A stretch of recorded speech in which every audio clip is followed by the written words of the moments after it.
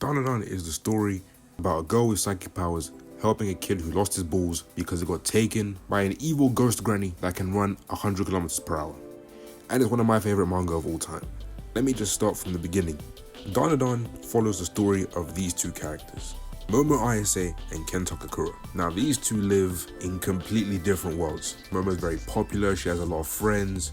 Meanwhile, Ken is a social outcast, he's a nerd, he keeps to himself, he gets bullied. And all you need to know is that Momo believes in ghosts and spirits, and Ken believes in aliens.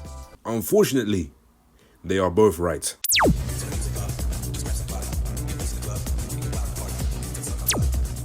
Now, I'm not going to recap the events of this story because as much as I would like to, this is a story that I think, one, is deserving of a blind experience because it's just so great.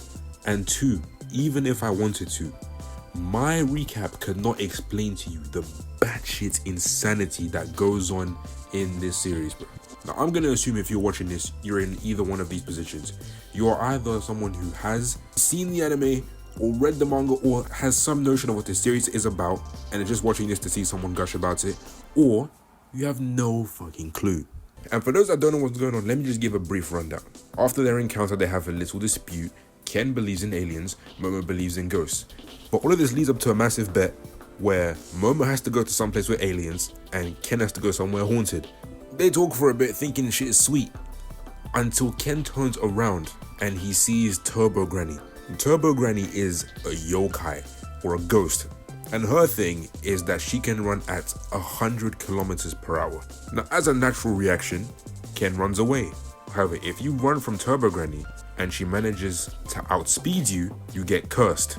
And unfortunately for our boy Ken, he can't run at 100 kilometers per hour. Meanwhile, Momo actually encounters the aliens and they kidnap her. These aliens are Sopoians.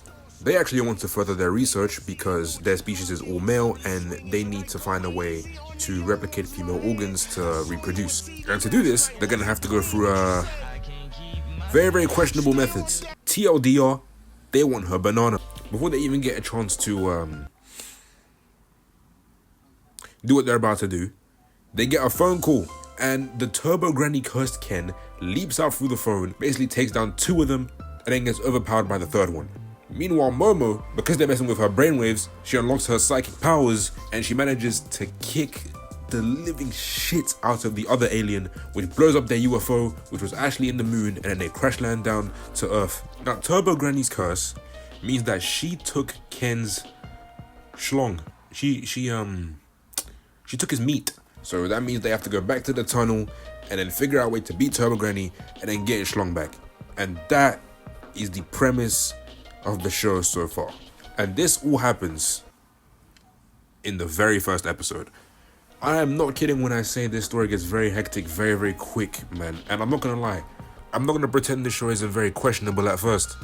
But I'll say this, what makes Dandadan so unique isn't that it's just weirdness for the sake of being weird. The thing that's so engaging about Dandadan is that Dandadan is actually a lot.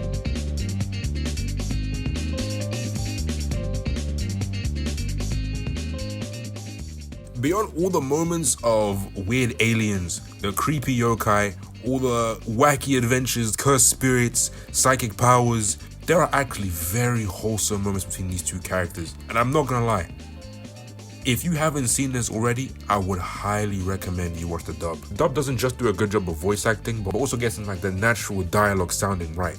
A lot of anime dubs can sound very off at times. Not to say that it's not great.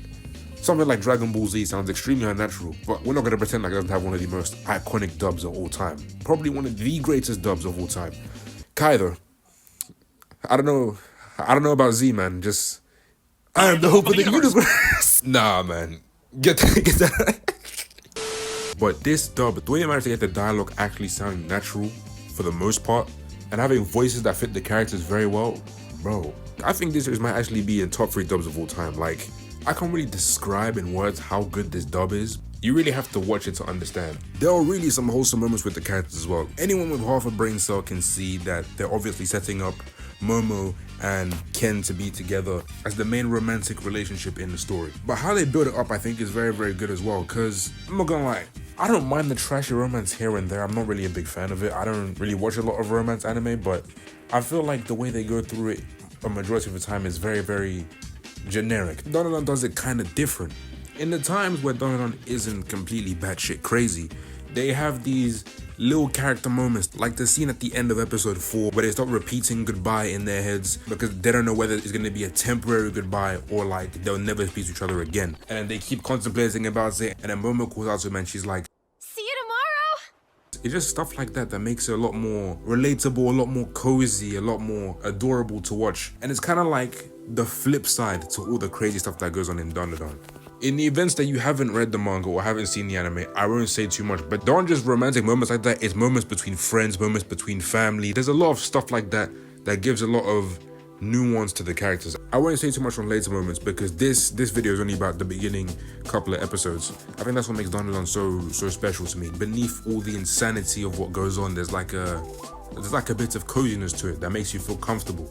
I also respect a lot how they made Momo and Ken so likable. Momo is such a likable person. She's so expressive, she's silly. She feels a lot more real next to other characters that are like in her lane. She has her troubles here and there, but you can see she really cares for her friends, she really cares for her family. She stands up for Ken, or Okarun, in the beginning when he's getting bullied, because she just doesn't like seeing people get bullied. Even though she had never spoken to Okarun before. Even just a tiny encounter like that, you can really see how they managed to make Momo's character so likable. And I'm surprised I even like Okarun in the first place, because at first glance I thought he would be in the same bracket as the typical nerdy romance guy, but I was pleasantly surprised that he'd be one of my favorite characters. He's actually a very, very kind-hearted guy. Like, instead of being scared to talk to Momo, he goes up, he gets his notebook and goes to speak to her immediately, tries to share interest. It backfires horrendously, but I respect the effort that he goes up and tries anyway. Not to mention, it's a really cool transformation. The way the hair looks, the mask, like the clothes being a lot more jagged and torn, his disgusting ass feet bursting through his shoes. And I think my favorite part about the transformation is how his personality completely shifts. He goes from being an awkward, kind-hearted guy to being this super casual, aloof downer, which is great in my opinion. And it makes the character dynamic with Momo work really well, because that's the exact kind of guy she's into, which is kind of funny. I don't know how I've gone this far without mentioning the animation yet. The animation so far has been absolutely amazing. The way this series looks, this is exactly how I imagined Dandadan as an anime would look. From the moment I read the manga, I knew this colorful, bubbly aesthetic, the way they play with the colors, it's perfect. And one thing that I think is heavily underappreciated is the fact that most of this is traditional animation. I haven't seen many digital effects, and not to say that digital effects are bad, not at all. I actually don't mind the effects. I think the stuff that we've gotten out of the digital effect, like Demon Slayer, the new Bleach, maybe new One Piece, have been great. I don't mind them at all. But it's just nice seeing some traditional, primarily 2D animation. It just has that organic feel to it, you know what I'm saying? Am I talking? Yeah, I'm talking too much. If you haven't already, go read Dandadan, go watch the series. Even when this series stops airing, I'm gonna still tell you to read Dandadan. Even when the manga stops serializing, I'm gonna tell you to read Dandadan. I promise, it's one of the most insane experiences that you'll ever have reading a manga. And that's why it's one of my favorite manga of all time.